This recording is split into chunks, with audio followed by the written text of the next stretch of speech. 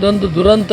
ಈ ರಾಷ್ಟ್ರಕ್ಕೆ ಸ್ವಾತಂತ್ರ್ಯವನ್ನು ಕೊಟ್ಟಂಥ ಮಹಾನ್ ಚೇತನ, ಇಡೀ ಜಗತ್ತೇ ಒಪ್ಪುವಂಥ ಮಹಾನ್ ಚೇತನ ಮಹಾತ್ಮ ಗಾಂಧೀಜಿಯವರ ಹೆಸರನ್ನು ಬದಲಾಯಿಸಿ ರಾಮರು ಯಾರಿಗೂ ಬೇಡ ಅಂತ ಹೇಳಲ್ಲ.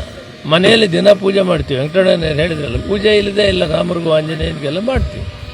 ಆದರೆ ಈ ದೇಶಕ್ಕೆ ಸಮಾಜದಲ್ಲಿ ಸುಧಾರಣೆಯನ್ನು ಮಾಡಬೇಕಂತ, ಸಮಾನತೆಯನ್ನು ಕಾಣಬೇಕಂತ ಮಹಾತ್ಮ ಗಾಂಧಿ ರಾಷ್ಟ್ರೀಯ ಉದ್ಯೋಗ ಖಾತ್ರಿ ಯೋಜನೆಯನ್ನು ಈ ಬಡವರಿಗೆ, ಕೂಲಿ ಮಾಡೋ ಜನಕ್ಕೆ ಜೀವನಕ್ಕೆ ದಾರಿ ಮಾಡಿಕೊಟ್ರು. ಅದಕ್ಕೆ ಅವರ ಹೆಸರನ್ನ ನಾನು ಕೂಡ ಮಂತ್ರಿ ಇದ್ದೆ.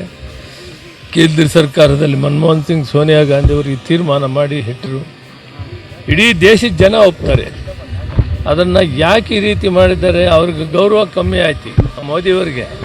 ಇದರಿಂದ ಕಳಂಕ ಬಂತು.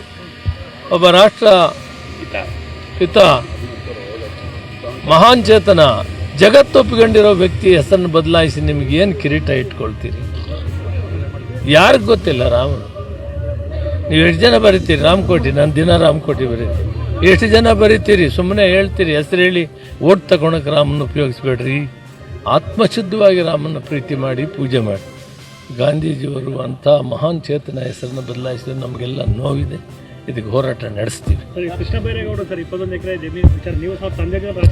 ನೋಡಪ್ಪ, ನಾನು ಅಲ್ಲೇ ಇದ್ದವನು. ಇವೆಲ್ಲನೂ ಸುಮ್ಮನೆ ಪೇಪರ್ಗಳಲ್ಲಿ ಬರ್ತಾ ಇದೆ. ಅದು ಮೂಲತಃ ಆ ಜಮೀನು ಫೋಟೋ ಅಂತ ಬನ್ನಿ ಮೂಲತಃ ಆ ಜಮೀನು ಅವರ ಪೂರ್ವಜರು, ಅವರ ತಾತನವರು ಸಂಪಾದಿಸಿದ್ದು. ನಾನು 30 ವರ್ಷ ಅಲ್ಲೇ ಇದ್ದೀನಿ. ಅವರ ಚಿಕ್ಕಪ್ಪನವರು ಆ ವ್ಯವಸಾಯನ ಮಾಡ್ತಾ ಇದ್ರಲ್ಲಿ. ಅದಾದ ಮೇಲೆ ಭಾಗಗಳು ಮಾಡಿಕೊಂಡು ಅದನ್ನು ಅವರು ಸುಮಾರು 100 ವರ್ಷಗಳ ಇತಿಹಾಸ ಇದೆ. ಅವರ ತಾತನವರು ಸಂಪಾದಿಸಿದ ಜಮೀನು. ಇದರಲ್ಲಿ ಕೃಷ್ಣ ಬೈರೇಗೌಡ ಗೊತ್ತೇ ಇಲ್ಲ ಏನು ಅಂತ. ಅಸಲು ಅವ್ರು ಹುಟ್ಟಿದ್ರೋ ಇಲ್ಲ ಯೋಚನೆ ಮಾಡಿ. 5 ವರ್ಷ ಹುಟ್ಟಿ ಇದನ್ನೆಲ್ಲನೂ ರಾಜಕೀಯವಾಗಿ ಪಾಪ ಒಳ್ಳೆ ಕೆಲಸ ಮಾಡ್ತಾ ಇದ್ದಾನೆ. ಒಂದು ಕ್ರಾಂತಿಕಾರಿ ಬದಲಾವಣೆಯನ್ನು ರೆವಿನ್ಯೂ ಇಲಾಖೆಯಲ್ಲಿ ಕೊಡುವಂಥ ಕೆಲಸವನ್ನು ಮಾಡಿದ್ದಾನೆ. ಅದನ್ನೇನೋ ಸಹಿಸಲಾರದೆ ಅಂತ ತರಳೆ ತಕರಾರು ಮಾಡ್ತಾರೆ. ದಾಖಲೆಗಳು ಒದಗಿಸಲಿ, ಅವರು ತಯಾರಿದ್ದಾರೆ ಉತ್ತರ ಕೊಡೋಕ್ಕೆ. ಅವ್ರಿಗೂ ಅದಕ್ಕೇನು ಸಂಬಂಧ ಇಲ್ಲ.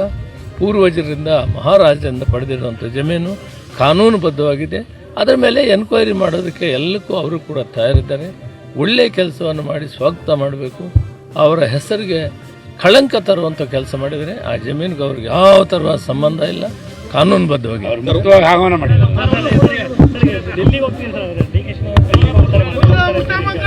ಡೆಲ್ಲಿಗೆ ಹೋಗ್ತಾರೆ. ಸುಮ್ಮನೆ ಈಗಿರೋ ಗಲಾಟೆ ಸಾಕು, ಹೊಸ ಗಲಾಟೆ ಯಾಕೆ?